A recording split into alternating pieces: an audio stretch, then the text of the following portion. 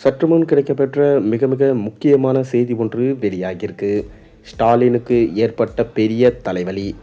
ஆட்சியில் பங்கு என்ற பேச்சிற்கே இடமில்லை என்று திமுக தலைமை கூட்டணி கட்சிகளிடம் தெளிவாக கூறிவிட்டதா தகவல் கிடைச்சிருக்கு. காங்கிரஸ் கட்சி தரப்புல தொடர்ந்து ஆட்சியில் பங்கு என்ற கோரிக்கை முன்வைக்கப்பட்டு வந்த சூழலில் சில நாட்களுக்கு முன் ஸ்டாலின் சிதம்பரம் சந்திப்பின் போது இந்த விவகாரம் குறித்து பேசப்பட்டது. விக்கிரவாண்டியில் நடந்த தாவேகா மாநாட்டில் ஆட்சியில் பங்கு என்று விஜய் அறிவித்தார்.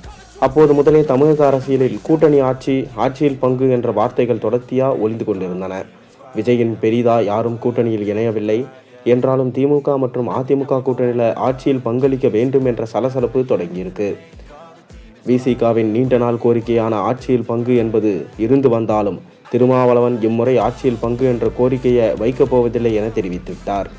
ஆனால் காங்கிரஸ் கட்சி நிர்வாகிகள் பலரும் ஆட்சியில் பங்கு என தொடர்ச்சியாக திமுகவை நெருக்கடி கொடுத்து வருகிறார்கள்.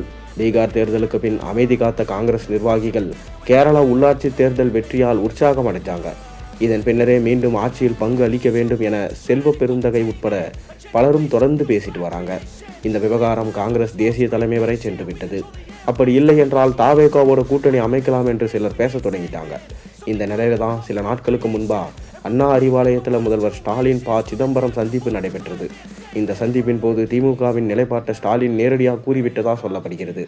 அதே போல காங்கிரஸ் கட்சியில் உள்ள உட்கட்சி பிரச்சனையால் தொகுதி ஒதுக்கீட்டில் திமுகவுக்கு உள்ள சிக்கல் குறித்தும் பேசப்பட்டதாம். அதே போல காங்கிரஸ் தேசிய தலைமை திமுகவோட தொடர்ந்து பயணிக்கவே விரும்புவதா சிதம்பரம் கூறியிருக்கார். விரைவிலே தொகுதி பங்கீட்டு குழுவை அமைக்கவும் வலியுறுத்தியாகவும் சொல்லப்படுகிறது. அதே போல திமுகவின் நிலைப்பாட்டை கூட்டணி கட்சிகளிடமும் திமுக தலைமை தெளிவாக விலக்கிவிட்டதாகவும் கூறப்படுகின்றது.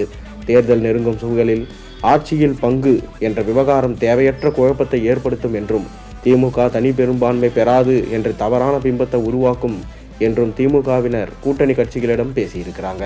அதே போல தொகுதி பங்கீட்டில் சில சமரசங்களை செய்து கொள்வோம் என்று திமுக தரப்புல கூறியதாகவும் விவரம் அறிந்தவர்கள் கூறுகின்றாங்க. ஆனாலும் திமுகவிலிருந்து கேட்ட தொகுதி கிடைக்கவில்லை என்பதால் தாவேகாவுக்கு தாவ இருப்பதாக காங்கிரஸில் சில முக்கிய தலைகள் குதித்து கொண்டிருப்பதாகவும் தற்போது தகவல்கள் கிடைச்சிருக்கு. மேலும் இம்முறை திமுகவில் இருந்து காங்கிரஸ் பிரிந்துவிட்டால் கண்டிப்பாக அது திமுகவுக்கு பலத்த அடியே கொடுக்கும் என கணிக்கப்பட்டிருக்கு. ஆனாலும் திமுக தனித்து நின்று போட்டியிட்டு அனைத்து இடங்களிலும் வெல்வோம் என ஸ்டாலின் சொல்லிக் கொண்டிருக்கிறார்.